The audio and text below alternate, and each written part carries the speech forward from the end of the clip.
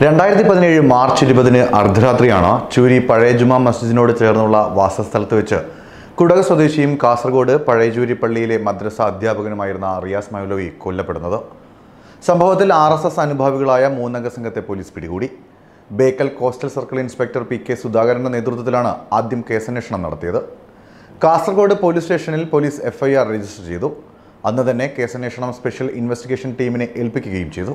Kannur crime branch SP doctor ശ്രീനിവാസിന്റെ നേതൃത്വത്തിലുള്ള സംഘമാണ് പിന്നീട് കേസന്വേഷണം നടത്തിയത്. സംഭവം നടന്ന 3 ദിവസങ്ങൾ പിന്നീട് മുന്നേ, അതായത് മാർച്ച് 23-ന് 3 പ്രതികളെയും പിടികൂടുകയായിരുന്നു. പ്രതികൾ പിടിയിലായതോടെ വിചാരണ നടപടികളും ആരംഭിച്ചു. ഒന്നാം പിണറായി സർക്കാരിന്റെ കാലത്ത് നടന്ന കൊലപാതകത്തിൽ കൃത്യമായി പ്രതികളെ പിടികൂടാൻ കഴിഞ്ഞതും പോലീസിന്, വകുപ്പിനും മന്ത്രി കൂടിയായ മുഖ്യമന്ത്രിക്കും നേട്ടമായി. ഒടുവിൽ വിധിയെത്തുന്നതുവരെയുള്ള 7 വർഷവും 7 മാസവും വിചാരണ തടവുകാരായി ജയിലിലായിരുന്നു പ്രതികൾ. സംസ്ഥാനത്ത് വളരെ അപൂർവമായി മാത്രമാണ് അത്തരത്തിൽ ജാമ്യം നിഷേധിക്കപ്പെട്ട പ്രതികൾ ജയിലറയിൽ കിടക്കുന്നത്. ആ പ്രത്യേകത കൂടി ഈ കേസിനുണ്ട്. പ്രതികളെ പിടികൂടി 85 ദിവസങ്ങൾ പിന്നിടുമ്പോൾ തന്നെ അന്വേഷണ സംഘം കുറ്റപത്രം സമർപ്പിച്ചിരുന്നു. ശാസ്ത്രീയമായി ശേഖരിച്ച തെളിവുകൾ, സാക്ഷിമൊഴികൾ, അങ്ങനെ കേസിന് വേണ്ട എല്ലാ തെളിവുകളും പോലീസ് കണ്ടെത്തി.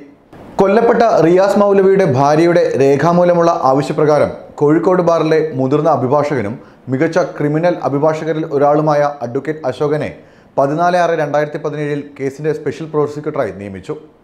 97 സാക്ഷികൾ, 375 രേഖകൾ പ്രോസിക്യൂഷൻ കോടതിയിൽ ഹാജരാക്കി.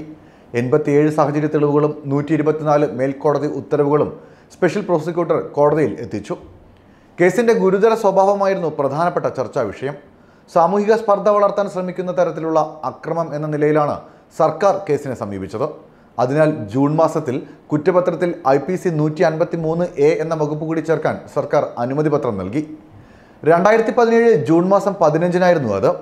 2019-ലാണ് വിചാരണ നടപടികൾ ആരംഭിക്കുന്നത്. 2023 മെയ് മാസത്തിൽ സ്പെഷ്യൽ പ്രോസിക്യൂട്ടർ മരണപ്പെട്ട സാഹചര്യത്തിൽ റിയാസ് മൗലവിയുടെ ഭാര്യയുടെ അപേക്ഷയിൽ മുൻ സ്പെഷ്യൽ പ്രോസിക്യൂട്ടറുടെ സഹപ്രവർത്തകനെ വീണ്ടും സ്പെഷ്യൽ പ്രോസിക്യൂട്ടറായി നിയമിച്ചു. തുടർന്ന് നടന്ന വിചാരണയിലാണ് ഇപ്പോൾ പ്രതികളെ വെറുതെ വിട്ടതായി വിധിയുണ്ടായിട്ടുള്ളത്. പ്രോസിക്യൂഷൻ പരാജയപ്പെട്ടുവെന്ന് ചൂണ്ടിക്കാട്ടിയാണ് കോടതി പ്രതികളെ വെറുതെ വിട്ടത്. പ്രതികൾ RSS പ്രവർത്തകരാണ് എന്ന് തെളിയിക്കാൻ കഴിഞ്ഞില്ല എന്നാണ് കോടതിയുടെ നിരീക്ഷണം.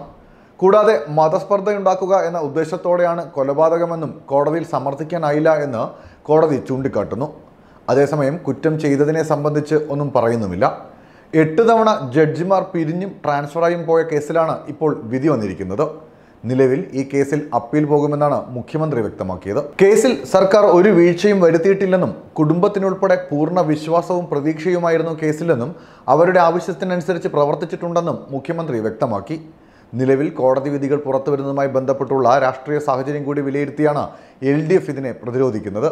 എന്തായാലും അപ്പീൽ പോയി ഈ കേസിൽ കൂടുതൽ വാദം നടത്താനാണ് സർക്കാർ തീരുമാനിച്ചിരിക്കുന്നത്.